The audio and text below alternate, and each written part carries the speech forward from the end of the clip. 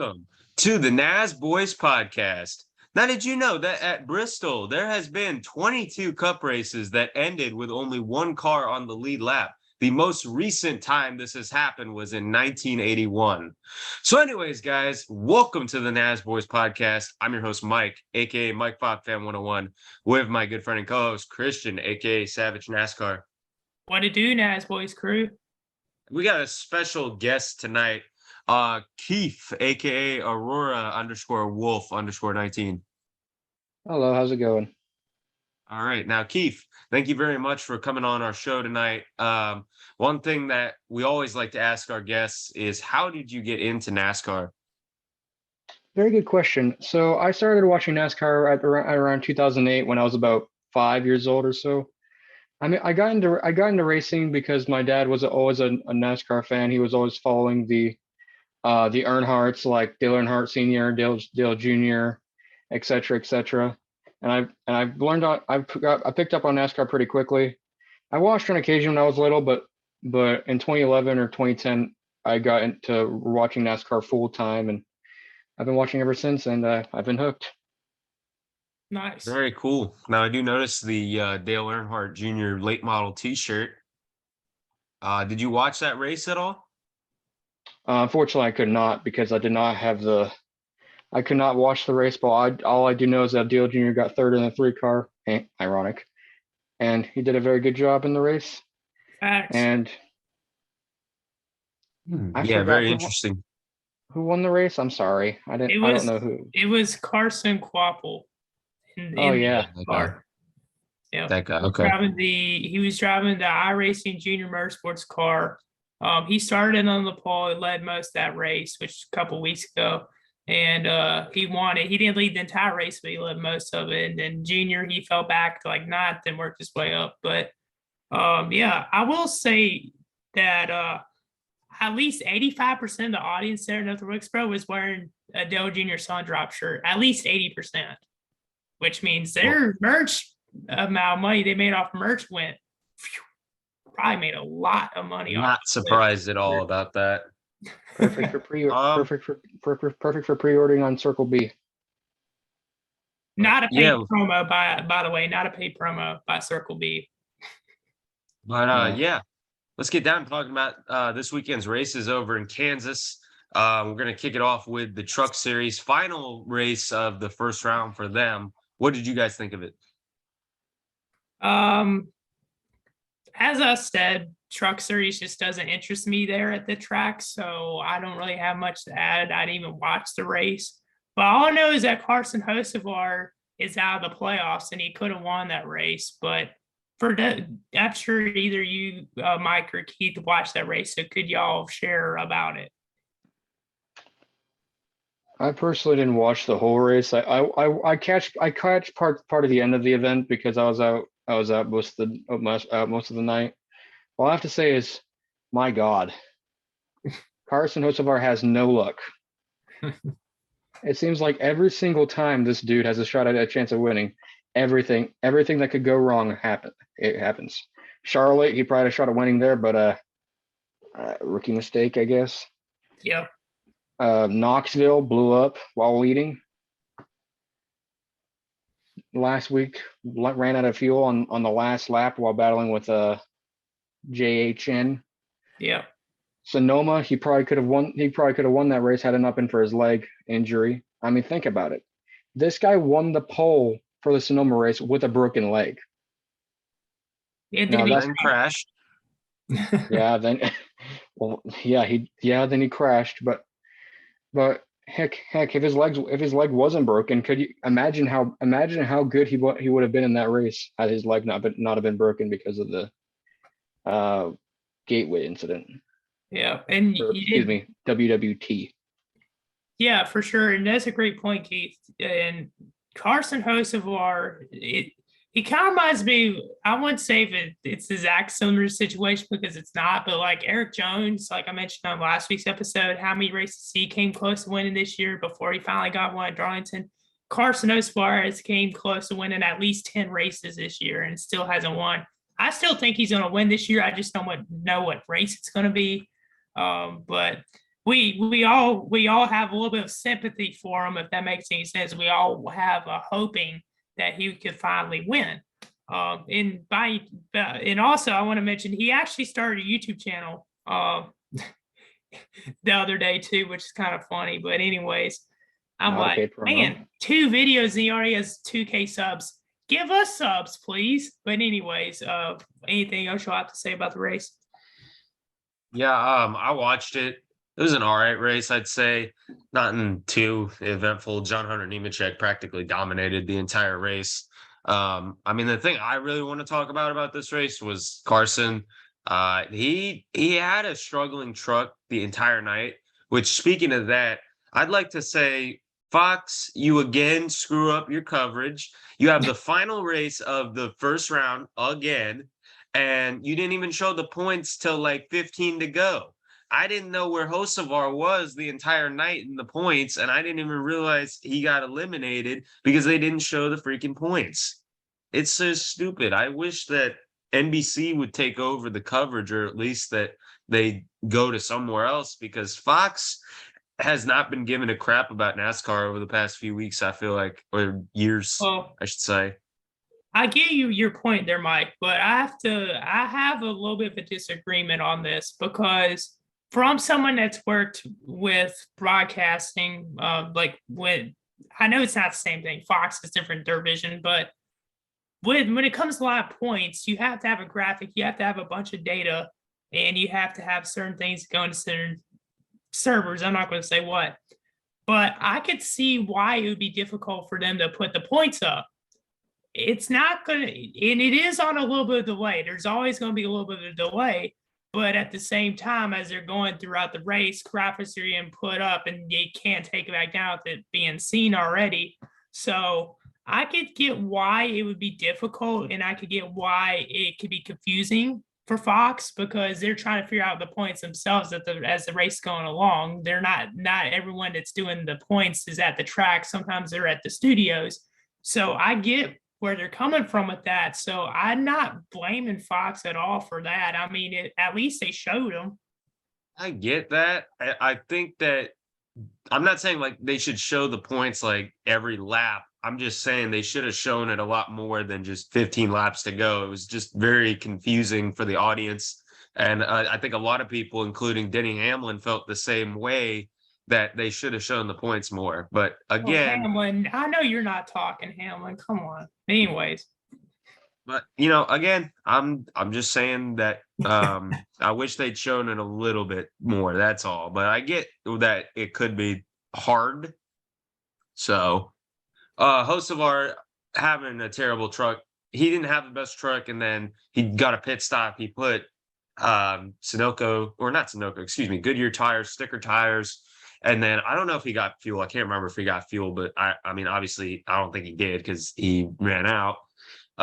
He got that pit stop, did a great job, stayed out front for the rest of the race until the final lap where he ran right out of fuel. I thought Nemechek had like bumped him or something because I saw him get out of the groove. And I was like, hey, why is Nemechek doing that? He's going to pass him either way. And then I saw Hocevar's truck just start swaying side to side. I'm like, oh my God, this poor kid. He ended up finishing second, though, which is not bad, but due to the fact that he's out of the playoffs now, that sucks. So I feel really bad for Hocevar. He deserved to have a much better run, but he didn't come to play when it really mattered, or he had bad luck when it really mattered the most. But if it was off the regular season, then he would have had a much better run. But anyways, let's take a look at what the people had to say. 50% said great. 17% said good, 33% said meh/okay, and nobody said bad. Having a little bit of a problem with the analytics here. It's just showing the analytics and not what the people actually said. So we got technically no thoughts and technically no driver of the day. I'm going to give it to John Hunter Nemechek. I don't know who to give it to. I don't know who led the most laps. So I'll go off of what John Hunter Nemechek, I believe. All right, so I guess we'll move on to Xfinity now, right? Keith, do you have a driver of the day for the trucks? John Hurt Nemechek. He led like 3/4 of the race and won the race. All right, Okay, thank then you. we'll go with him. So yes, Xfinity race now. What did you guys think? What I think? I only saw the highlights, but Noah Gragson yet again went. I feel like Noah Gragson is definitely the championship favorite after this win. Just been so strong recently, very consistent as all of Junior Motorsports has been. I mean, Algar got second. You saw like Sam Mayer ninth, and Barry I think got seventh. So all of them were up there. Ty Gibbs had the fastest car, I feel like, for most of that race. He led 66 of the 93 laps, which, if I'm correct, didn't it get rain shortened? So I think it was rain shortened, and then it was Gregson's second straight win. So nothing too crazy in this race. There wasn't really anything that went on. It was sort of boring, like I expected it to be, and I still feel like Kansas should only get one weekend on the schedule. But what did y'all have to say about it? I honestly wish they ran a little bit more than 93 laps personally. I mean, hasn't NASCAR made a rule that they would, whenever the rain shortened races, they would go like halfway at least? Yeah, it's supposed to be halfway. So they technically broke their own rule with that one. Ty Gibbs are the dominant car of the week of the day because, well, it's Ty Gibbs. He dominates almost every single race he seems to dominate almost every single Xfinity race we've seen. Because he has the best equipment most of the time. I wonder why. I did not watch it, but I did hear about they called the race early. I was a little confused about it because I had seen a lot of people like talking about it, but I personally don't know what to add because I didn't watch the race. But if they really called it when it wasn't halfway, that sucks. They broke their own rule, and NASCAR's of course being inconsistent again. But again, I just don't know what to say straight up. So yeah. I think that with their decision, why couldn't they just move it to Monday? Because I know, like back in the day, they used to move races to even Sundays in the Busch Series if they couldn't finish on Saturday. Why couldn't they just move it to Monday?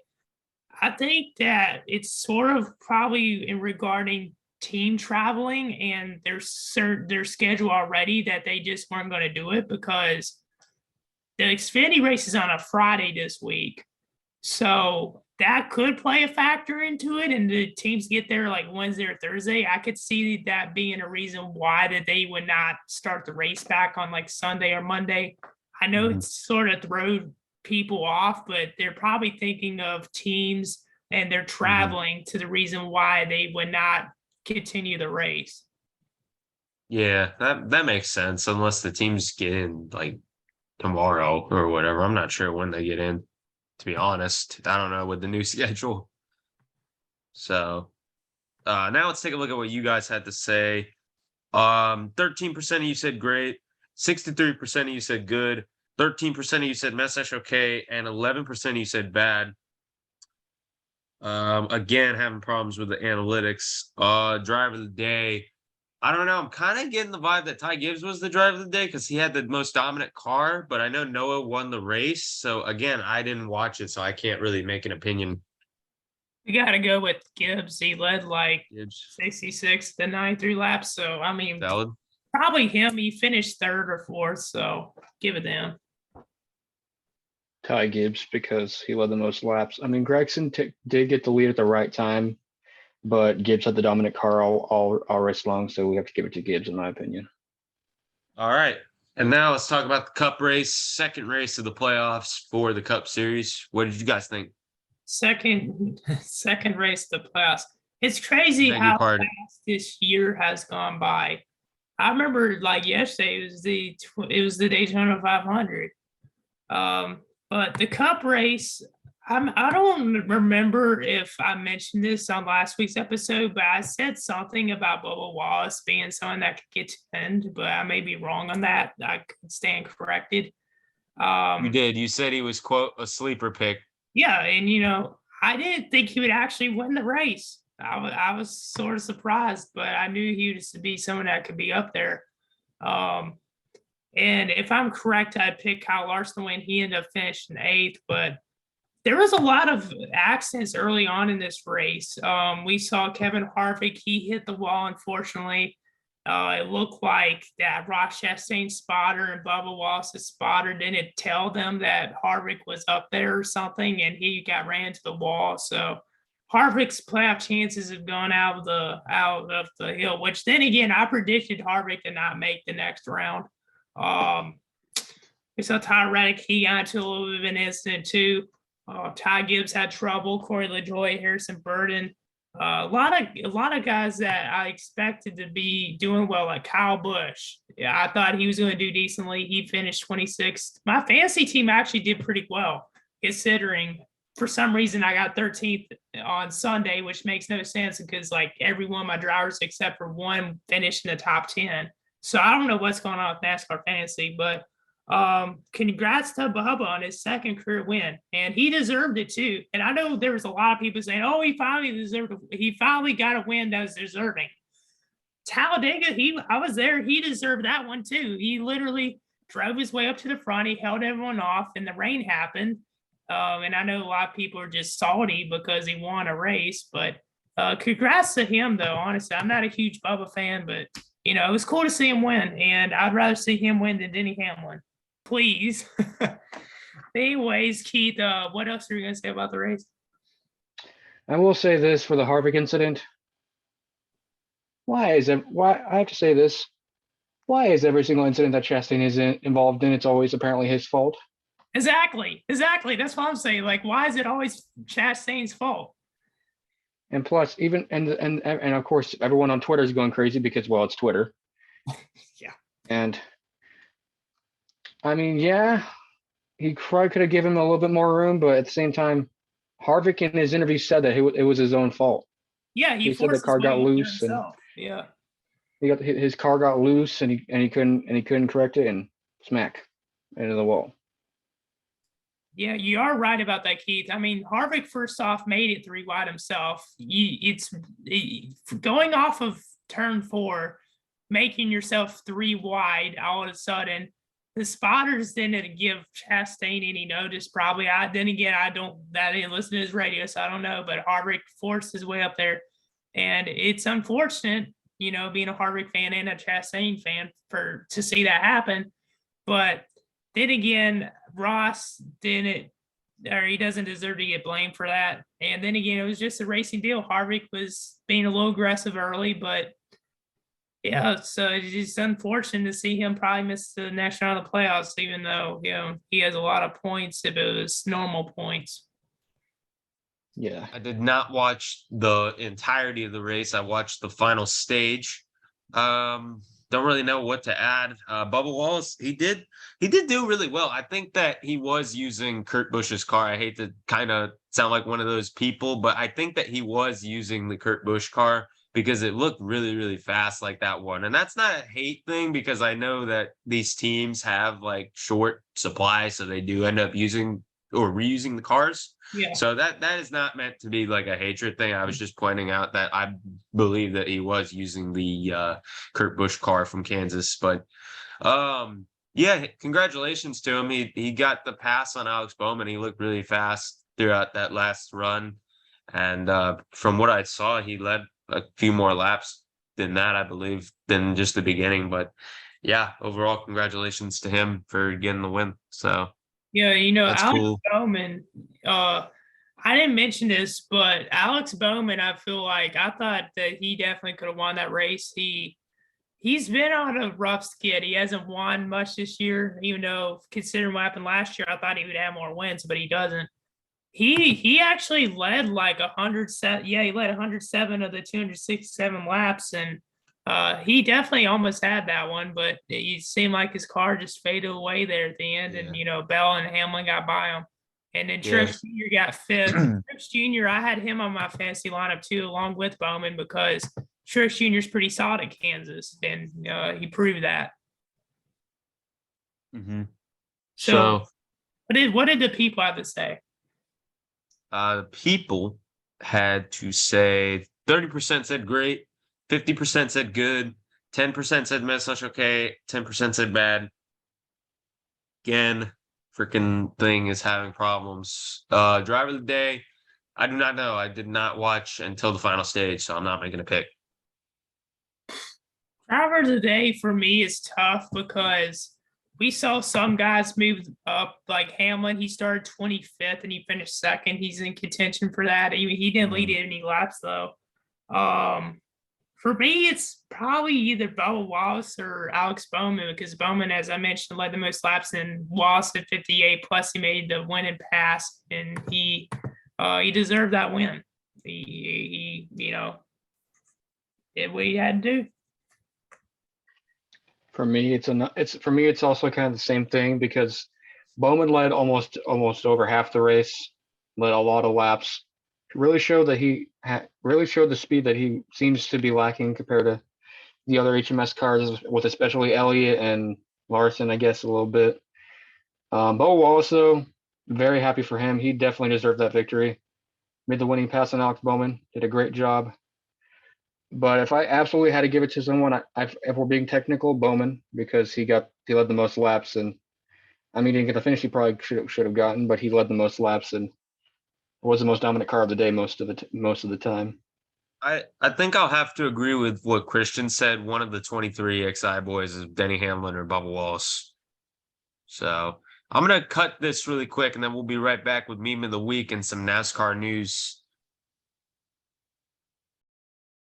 And we are back. So let's get down to talking about Meme of the Week for this week. Well, we got a couple memes. Probably one of my favorite ones, or not favorite ones because I'm a Harvick fan, but this meme accurately representing how Kevin Harvick's season goes in regard to the playoffs, and just anything that happens where he could be in contention for a win or, advance the next round. And this one was by NASCAR Memes IG. As you can see, Kevin Harvick's car is on fire, and there's a girl with a smirk face. That was pretty funny. And then another meme that I had for Meme of the Week is the one by Dank NASCAR Memes. This one's with Nick Adams, and NASCAR fans. Oh, it's Bubba Wallace wins at Kansas. Come join us. Oh, okay. And there is a little bit of context to this, but I'm not going to explain this until we get the Clown of the Week, because Nick Adams will be Clown of the Week. But Mike, do you have any memes for this week? I do. For once, I got a couple. So this one by Morecast. This one was talking about Kyle Busch and Brad Keselowski. Kyle Busch, we will get into more of in a little bit, and Brad Keselowski, he's obviously driving the 6 car this year and probably for the rest of his career. Let's see. I'm looking through it right now. I think there was another one. One of them was another Bubba Wallace hate thing that was making fun of the haters of him. It was by Michael Marutz. Yet again, I love watching his shorts. I'm going to keep saying that every episode. Here, He was driving Kurt's car. Kurt would have won by 5 laps. Way to bail on the 23 team. He couldn't win in the 23, so he got Kurt fired. Then he let him win. NASCAR let him win. There was no competition left in the field. The field let him win. You see how he shushed the camera? That's going to be a penalty. The Earth was in retrograde, so... here it is. I thought this was funny. It was just all the generic stuff that all the haters say, except that he was driving Kurt Busch's car. I really think he was driving Kurt Busch's car. But anyways, Keith, what about you? He probably doesn't have any, Mike. It doesn't sound like it to me. No. Get with the times. But anyways, I guess we can talk about the Clown of the Week. I didn't realize there was one, and then I remembered who Nick Adams was for a minute. We try to have Clown of the Week every episode, but sometimes there just isn't any clown material. But this one, I actually have 2. I thought of another one going back and going through some of my notes that I made, and I will get to that one after the Nick Adams one. But if you don't know who Nick Adams is, he's basically, I don't know if you say a politician, but he's just really into politics, and he just says some outrageous stuff sometimes, though, about sports. And he has some really dumb takes sometimes, that's for sure. But this one was probably one of the stupidest ones I've seen. So back on August the 31st, he tweeted, Bubba Wallace only has one win in the last 176 races, which is true. And then he says, which explains why he's ditching the 23 car in favor of the 45. And that is not the reason why he went to the 45. You must not watch NASCAR. Then he says it's simple. Bubba Wallace is a loser and says Donald Trump is a winner, which then again, bringing politics into sports. Just get politics out of sports. Then he also says Bubba knows he's not talented enough to win and needs to embrace the victorious legacy of the 45. Victorious legacy of the 45. Do you hear this, y'all? Who else has won in the 45 other than Kurt Busch? Exactly. What victorious legacy? Next up, he also tweeted, he quote tweeted that on September the 11th, saying, Bubba Wallace rode the 45 car to victory lane today. No, he didn't ride it. He drove it to victory. A strong argument could be made that he's cheating to use the 45 car because of his inherent ability to win. Absolutely a stupid take. And then he also says, regardless, it's worth nothing. Bubba could only snap his embarrassing cold streak. What cold streak? It's been a year, okay? There's other drivers that have done way more in NASCAR that went on like 2 or 3 year losing streaks. Like, say, for instance, remember Dale Jr., he didn't win from 2008 to 2012. He had that long losing drought. Would you say that about Junior, Nick Adams? But anyways, he also says he could only snap his embarrassing cold streak by riding Donald Trump's coattails. Probably clown of the year. One of the dumbest things I've ever heard. No, that's clown of the decade. Tweets I've ever seen in my life. And I'm not someone that like gets agitated. But for someone that considers himself a public figure to say stuff like that is absolutely ridiculous. And then to try to bring politics into the sport too. You don't know anything about NASCAR and you don't know what it takes to win a race.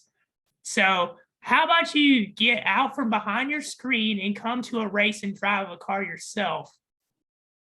Yeah, I honestly don't even know who this guy is. I have never heard of him except for the comments he's made about Bubba Wallace. It does not look like he even likes NASCAR. It just looks like he talks about what is trending and just makes his own little stupid opinion on it. I'm not going to get political, but yeah, I don't know what to say about this guy. He seems like an idiot. It says best-selling author. He's an author, but he's talking about sports. I don't even know who you are, buddy. If you're a best-selling author and I don't even know who you are, what's the point of that?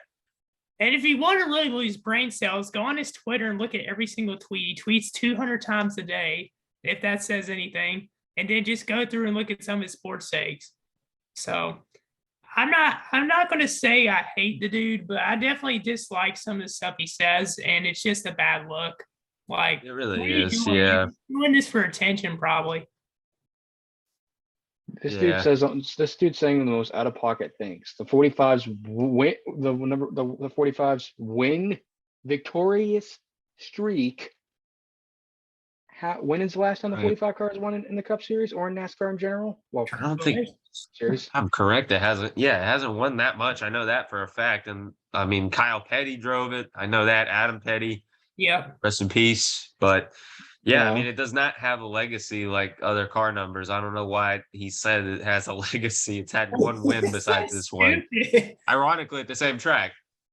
Speaking of cold streaks, saying he's after 1 year, he's saying that Bubba Wallace has had an embarrassing cold streak. Dude, Clint Boyer was winless from 2013 to 2017. Exactly. Yeah, I mean, Tony Stewart has had cold streaks. 5-year winless streak, and he has had a 5-year losing streak, and apparently that's less embarrassing than Bubba's one. And then, another one I thought of too, Jeff Gordon in 2002, he didn't win till Bristol that year, and he had won the championship the year prior, and he had a losing streak. But Jimmy Johnson at the end of his career. Johnson at the end of his career had a 3-year drought. He didn't win from 84 to 92. So I mean, that's definitely outrageous. I think we all have the same opinion on this. Now, another one I gotta say real quick for Cloud of the Week. It's not, of course, Nick Adams, but another one I thought of too. NASCAR and NBC. I know they have multiple admins, but one of them made probably one of the dumbest posts I've seen. And I'm not someone that dislikes NASCAR media, but why do you have to post Chase Elliott every single week? Like literally, Chase Elliott wrecks the Darlington. Okay, he still could probably make the next round. It's just one accident. Literally 5 days ago to the day of the recording, they posted about Chase Elliott. The caption was, it was a picture of him with a checkered flag, looking for redemption. What redemption? What redemption is he trying to get? Yes, he lost at Darlington, but it's like when you post something like that, it's like you make it expected for him to win every week. Like you're trying to win over Chase Elliott fans by posting him. Like, how delusional is that? I'm sorry, but like, it just doesn't make any sense. Yes, he won there in 2018, but how is that making anything? How does that have anything to do with redemption?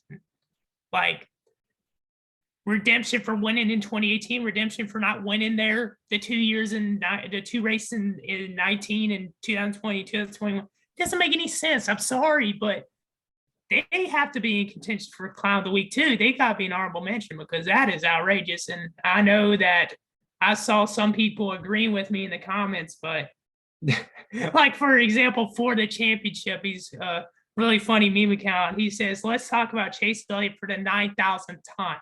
Okay, agreed. Like, I mean, can you talk about like some other drivers, like say, for instance, Kyle Busch, who has came close to winning at Kansas in the last couple of years and then having something happen to him? Are you not going to mention that? Like, I mean, you can mention someone else, right?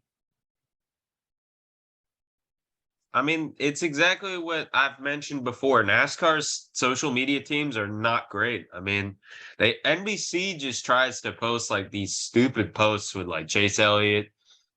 They've posted like just stupid stuff of like, oh, look at all the trophies of like the Kansas locker room or whatever. They did one with the Chiefs. I don't remember. I think the last time they did it with like the Patriots or whatever. I can't remember it exactly. Or no, it wasn't the Patriots. It was the Braves, Atlanta.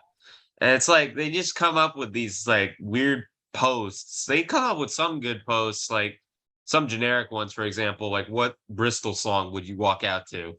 But then they got like these random posts of Chase Elliott, like you were mentioning. Like Chase Elliott, who cares? Chase Elliott's going to be in the next round. No doubt. He's like, what, 30, 35 points above the cut line, let's just say?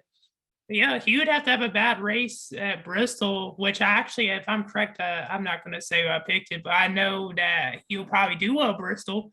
So, like, why are you acting like he's going to miss the next round? There's probably like a 5% chance he'll miss the next round. Yeah. Now I will say this. Number one, before I offend anybody, I am an Elliott fan, and I've been an Elliott fan ever since he was driving in trucks. Yeah. But why does it seem like every single time when NASCAR and NBC they see him show up, it's just like, it's like, dude. Yeah. I mean, I get it. He's the most popular. What?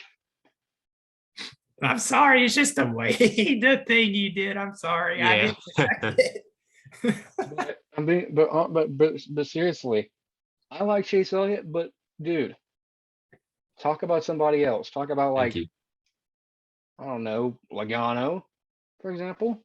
Logano's been really good at Kansas. He's won before. You could talk about Truex, my favorite driver. I'm not saying that because I'm biased. I'm saying it's because he's actually had some really solid runs at Kansas, and he proved that with a 5th place finish, even though he didn't do very well in the entire race. But go ahead, Mike. Yeah. Or maybe even like Alex Bowman, because Alex Bowman's did a lot of intermediate tracks, and same thing with Byron. Yeah. I mean, I don't think that many people really realize how good Alex Bowman is on tracks like Kansas, for example, and Texas.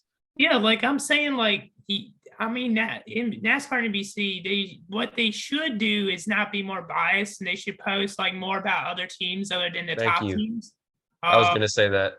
that should be something they need to improve on. But then again, they're not going to listen to most of their fans. So Yeah, it's just No. stupid overall. I don't really like NASCAR's social media teams that much, but guess we can talk about some news now. Big news of the week. There's been a lot of big news but the major news was Kyle Busch officially announcing that he is going to RCR. The announcement kind of got leaked. Thanks, Junior, and then Adam Stern and Bob Pockers picked it up, and it just leaked all over the place. But Kyle Busch going to RCR, I did not expect that. I kind of expected him to go to Chevy because I've been hearing a lot of rumblings about Colleague, but I did not expect RCR. Keep in mind, these two used to have beef. Apparently, Richard Childress, this is just a rumor. I don't know how true this is, but apparently Richard Childress beat him up because he wrecked Ron Hornaday in the truck series about 10, 12 years ago. I can't remember what year exactly it was. I would say it was a Kansas in 2011. Kyle Busch ran into Joey Coulter after, if I'm correct, it was Joey Coulter. No, it was Ron Hornaday. No, oh, wait. Hornaday No, oh, wait, never mind. I know which incident you're talking about now. No, this was at Kansas in 2011. Kyle Busch ran into one of their cars after the race, and Richard Childress took off his watch and punched him. So Gave him a watch too. Yeah. But yeah, I didn't expect that. I think that's an excellent move for Richard Childress. You're losing Tyler Reddick, but then you're gaining a top 5 driver. Excellent move for Richard Childress. And bonus, he gave his son Brexton a contract to drive whenever Brexton is ready to move up, which I thought was pretty cool. And then another thing he did was he gave him a clause in his contract to be able to run the Indy 500. I know Kyle's been wanting to run in the Indy 500 for a while. So that's great. I can't wait to watch this pairing. I think that they will do really well. If y'all know, I did think that Kyle Busch was going to go to either RCR or Colleague Racing. I mentioned this a couple times on different shows and things I've been on. I do think that I felt like Kyle Busch was probably going to either go to Colleague because Colleague had an opening, but with RCR, I knew that they were looking for someone to replace Reddick whenever, but I didn't expect them to keep Reddick for another year. I thought he was going to leave. But them opening up a third charter, that's fine with me. But it's a good move because Kyle Busch, you could just tell he wasn't happy with where he was. You could tell that he had been there so long that he wanted something new. And with the sponsorship stuff going on, of course he was going to leave. So I'm glad he's out of JGR. I'm not really a JGR fan. So I hope Kyle Busch does well. I'm still not a fan of him, but I do want to see him win races in the A car. It is definitely kind of odd, because Junior and him used to have beef back in the day when Junior drove the 8 back in 2007. But I'm happy for him. I do think that it is ridiculous to go ahead and try to sign someone's son who's not even 12. It doesn't make any sense. I really hope that they don't go down the basketball route with AAU where they just go ahead and start recruiting 5th graders. Why NASCAR? They're too young. Why would you go ahead and do that? If Braxton Busch doesn't even win, he races at Millbridge sometimes. Braxton Busch doesn't even win every race at Millbridge, and you're like, okay, we're going to go ahead and sign him to a Cup Series. No, let him work his way up. Let him work his way up. I think you're taking that a little bit too far. It's just a nice gesture to do for the kid. I mean, he's a kid. He's too young. He's a kid. It's Kyle Busch. I bet that's probably an incentive for Kyle Busch. Just let him have his fun. But my thing is, right, remember, I know with Dale Jr., for example, he started out in late models. He worked his way up. He even worked at a tire company, if I'm correct, or a garage company. He didn't have anything handed to him. Braxton's probably going to get a bunch of stuff handed to him anyways. So that's just my personal opinion. Y'all may disagree. Let me know down below in the comments. But I think it's kind of ridiculous to go ahead and do that. Now, my personal opinion on Kyle Busch going to the 8 car. Honestly, I wasn't really expecting that. I was really expecting Colleague or for the 16 because I mean, if you think about it, he has some sponsorship. Like, I mean, I know all his candy sponsors left, so I mean, he has Rowdy Energy. Rowdy Energy could have been a really cool sponsor to see on the 16 car. As for the 8 car, I think that's a really smart move for RCR because they lost Reddick, yes, but they got one of a top 5 talent in the Cup Series, like Kyle Busch. I mean, and you know this guy's going to do well because Kyle Busch has proved time and time again that he's actually a wheelman. I mean, going over to sprint cars and which he has not really run that much of, and doing very well there, running rally cars and winning or almost winning. And so I think it's a really smart decision on RCR's part. As for the Brexton Busch thing, there is an interesting thing here. This is not the first time this has happened, but because back in 2006, I want to say, back when MB2 Motorsports was still around, or Gin Racing was around, they actually offered a contract for Mark Martin, but they also gave one to his son Matt Martin, I who remember. I believe was at like 15, I want to say at the time. I mean, I know he's 15 and Braxton Busch is what, 7, 8. Yeah, he's under 10. So, I mean, I can understand what Christian's saying, but at the same time, it's just a little thing to have fun with Kyle Busch and his son. Yeah, Keith, you said that better than I did. I agree with your point. I do think that they, a lot of, and I don't like to bring certain stuff up, but with celebrities and people of high profile, it's kind of weird now that their children have their own social media pages too. And some people That run is it. weird. Like, why? Like, yeah, if I'm correct, Braxton has an Instagram. I may He be wrong. does. Yes. Yeah, but like, why though? Like, like I guess. think that with social media now, you have to have like, if you want to make money off of stuff like that, and you want to have like a good following, that you start young now, because you're later on. If you start later, then you're just not going to grow. But I'm just like surprised that I just think it's sort of outrageous to have Braxton already have an Instagram too. Yeah. Saying that he shouldn't, and I'm not telling his parents or what to do, or whoever's going on there what to do, but I just think it's kind of crazy because social media is so toxic now, and there's a lot of dark things on the internet, and it can really mess up someone's head. Well, obviously, he doesn't go on there. He's like I know, but 7 or just 8 like, again. starts being an admin on there soon, starts like being on social media at like 10 years old. And I know from personal experience with kids starting, using iPads at 2 and 3, they don't develop social skills unlike other people. They have different, they learn differently. They just have a lot of different things. And they're just obsessed with technology. Yeah, I thought it was stupid. I was honestly just thinking about this. They kind of treat his Instagram like a dog, like where they gotta like give him the voice, and it's clearly either a PR person, Kyle, or Samantha. I like that Kyle posts Brexton's late models, or not his late models, excuse me, his sprint car races on his channel. It shows like the document of like what a race day is like for them, and it shows Kyle coaching Brexton and Kurt's there too, and that's really cool. It's just I don't know why I'm just not a fan of like this Instagram. None of the other NASCAR children have it, and I just think it's a way for like Samantha to kind of like flaunt him a little bit. Not even Kyle, Samantha. Brexton is kind of funny though, because I heard a story on the internet where I think he was trying to do his belts. He was trying to get his belts done. He was like having trouble with it, and Kyle Busch came up and helped him out. And but Braxton was whining about it. Kyle Busch walks off, says drama queen.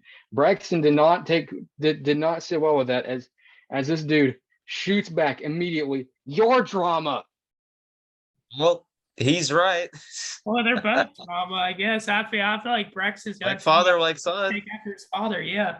He's going to grow up to be quite the kid, I could tell you that. I just hope he doesn't. I just hope he doesn't act like Ty Gibbs, like he's entitled and stuff like that, because That's another good point. Yeah. that's so annoying. But anyways, let's get off of negativity and let's talk about the other news. We saw Brandon Jones go to the 9 car. Definitely a surprise to me because he was with JGR, if I'm correct, and JGR just losing another driver. And for Jones going to the 9, I think even though he doesn't win a lot in the Xfinity Series, I think he's a solid driver, and I think that him going to the 9 can result in wins. It's better than Drew Dollar or Carson Hocevar, so I think that was a great move for JRM. Anyone's better than Drew Dollar, in my opinion. But Drew Dollar's better than Drew Dollar. But anyways, I don't know if there's any other news. I did see that there was an ARCA driver that became like a Victoria's Secret model. I don't know how to say her last. Tony Bredinger. Okay, Tony Bredinger. Yep, that's how you say Yeah, it. she's dumb because she said something like the female drivers don't get treated as well as the male drivers. And it was like a really stupid reason, like, oh, our equipment's not as good. Well, she's chasing the bag. She's trying to get financially set, so she's going into modeling. I mean, Just do that. Yeah, exactly. You're not a good racer, so just model. Sure. That's not meant to be a sexist comment. That's just the truth.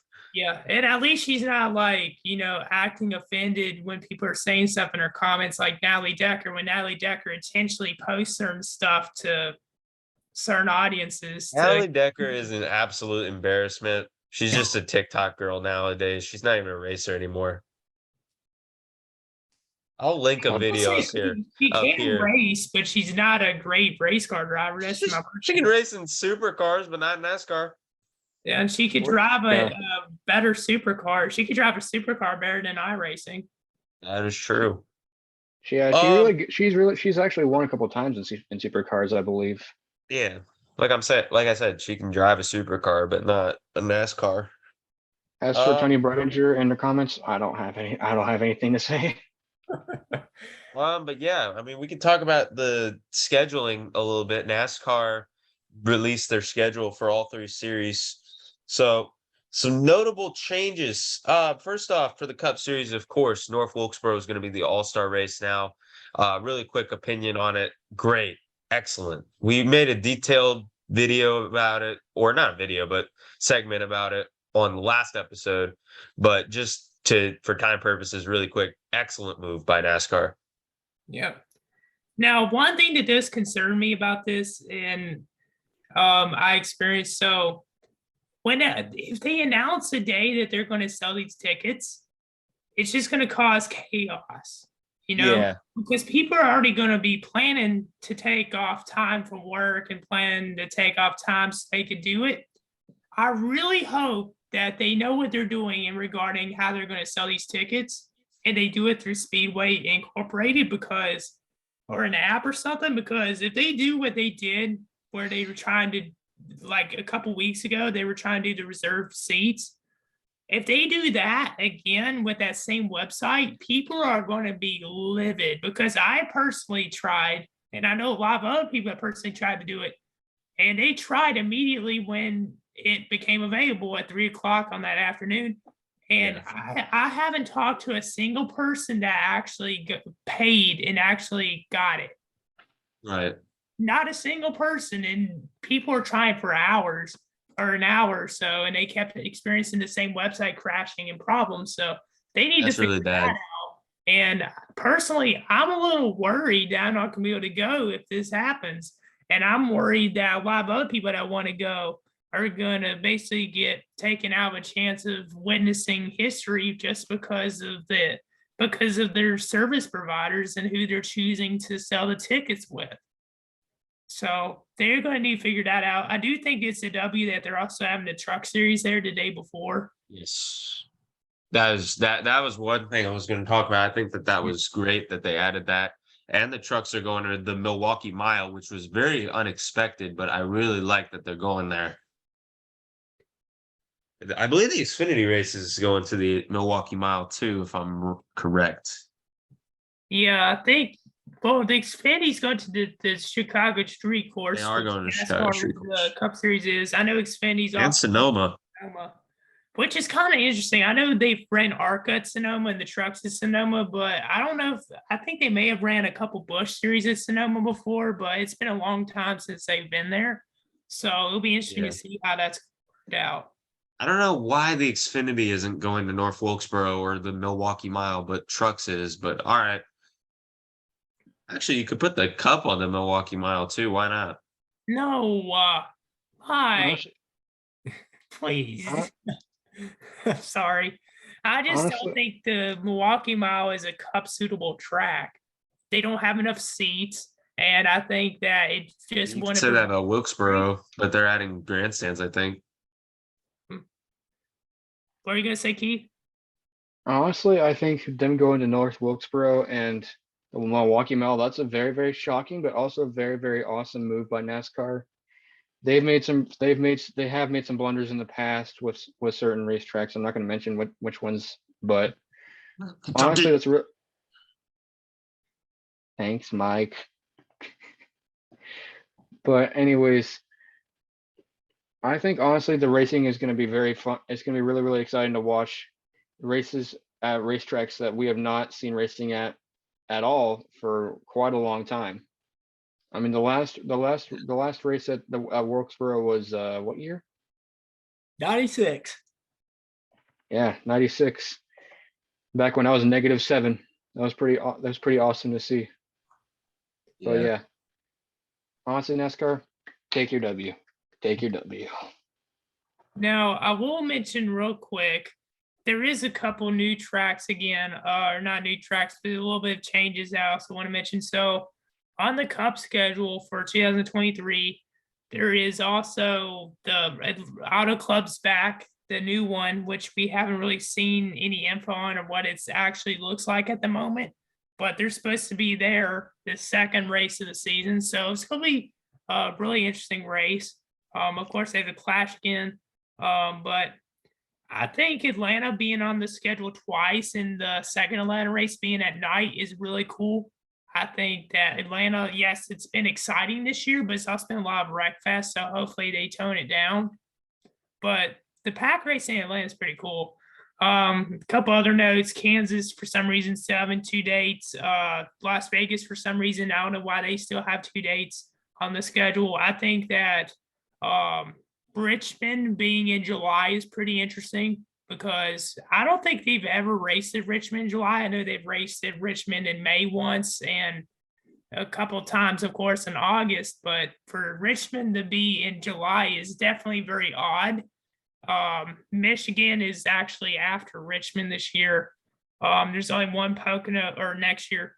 Pocono is also on it. New Hampshire's only on there once. And then the usual tracks. The playoffs are the same tracks as this year for next year. And then Texas Motor Speedway, I feel like they should. I know a lot of people hate Texas Motor Speedway now, but I think it definitely deserves a date on the schedule. I just don't think it should be in the playoffs. I think they should move it to a regular season race and put like put Atlanta in the playoffs. Why not? Not play track in the playoffs. Interesting. I like it. But yeah. All right. So let's get into our Bristol picks. So for the truck series, I'm gonna go ahead and say Carson Hocevar. I think he gets redemption. Not a bad pick, but every time we always pick Carson, he doesn't win. So there's a couple guys I'm looking at. I'm looking at Chandler Smith to probably win this one, but the guy that I think will do it though is Corey Heim. I just think that he will get it done, and Toyota's really strong in the truck series at this track. So I think he'll get the job done. I think personally Chandler Smith's going to take this one because Chandler's been lighting him up lately with how fast he's been and week in and week out. He's been, and as Christian mentioned, Toyota's been really, really fast here at Bristol, and I think Chandler's going to get another one to add to the trophy case. So for the Xfinity series, I'm gonna go ahead and say Justin Allgaier. I think that he's just been fast and he's good at Bristol, so I just think he'll win it. Well, Justin Allgaier is a good pick, Mike, because he did really well here last year. He about won it. We saw, of course, that crazy finish with Austin Cindric and AJ last year in the Bristol night race for the Xfinity series. But I'm looking at a junior motorsports driver that I think could win, and I feel like he hasn't. I don't think he's won, but like maybe once. But I feel like Sam Mayer is going to win at Bristol. I feel like it'll probably be a lot of wrecks at the end, like last year. So I feel like Sam Mayer is going to squeak out a win, but I think it'll be another exciting finish like last year. What about you, Keith? I noticed that we're all going with junior motorsports drivers here, and that's very interesting because the driver I have is another junior motorsports driver. I have Josh Berry winning the Bristol race because he's won at short tracks before. He's won at Martinsville before. He's shown a lot of speed this season, a lot of talent. I think Josh Berry gets another win. Now, I have gone 2 for 3 of my favorite drivers in all of NASCAR, but will I go 3 for 3? The answer is no. I'm going to go ahead and say Kevin Harvick wins this one. He's been very fast on Bristol the last couple of years. 2020, he won it. 2021, he had that big incident with Chase Elliott. So, and he almost won that race too. So Kevin Harvick definitely is my pick. I think he breaks through and gets in the next round since he's really on the back burner. You know, Mike, I would love to see Kevin Harvick win, but I just don't see it happening. It's a cutoff race, and with the playoff systems, he's just had the worst luck, except for 2014. But he's just had a lot of bad luck when it comes to trying to transfer to another round. So I just don't see that happen. But I do think he can run well. And with this next gen car at Bristol, they haven't raced on it on the pavement. So I think that it will probably be a very exciting race. I feel like we might see a good bit of wrecks, and we may see some tempers, which we always love to see Bristol tempers, don't we? So I do think that it's going to come down to, I guess, who could just, I guess, keep their equipment the best, who could outlast the competition. And I know that with Bristol and how NASCAR has been racing at Bristol over the past couple of years, a lot of cars are still running at the end of the race, but a lot of cars that go lap down. Last year's race, I think there's maybe 11 cars on the lead lap at the end, which is nothing compared to back then. Back then, it used to be only 4. But I do think that this driver, he did have feud with Kevin Harvick at Bristol last year. I think that Chase Elliott will win at Bristol. And I think that he will probably do it in dominating fashion. I just saw it keep it. But I do think Chase Elliott will win this one. I think he's ran really well at Bristol the last couple of years. I could just see him doing it. I could see him winning. My pick for the Bristol win is a driver that has not won at Bristol before, and I think it's a driver that kind of flies under the radar at Bristol. This guy had a dominant car to win in 2018. Unfortunately, got taken out. Yeah. My pick is Ryan Blaney, ladies and gentlemen. Blaney's really run very well here at Bristol. He's shown a lot of speed. He finished 4th here last season. I think he can finally get the dub. I agree with your pick there, Keith, because I think he'll be my sleeper pick for this one because Blaney has run well at Bristol, like you mentioned. He's always had something take him out at the short tracks. So I could see him doing it. He's won it in the Xfinity series, if I'm correct, at Bristol. So that's all I really got to say. But I will say before we close the episode out, thank you, Keith, again for coming on to this episode. And it's really fun having you on the show tonight. Thank you for coming on to the Nasboys podcast. Yeah, thank you, Keith. Yeah, thanks for having me. I appreciate it. All right. And with that will close out this week's episode. Thank you guys so much for watching. Comment, like, subscribe. Make sure you guys follow our socials, and we'll see you guys in the next episode. Peace. See y'all. Peace and chicken grease.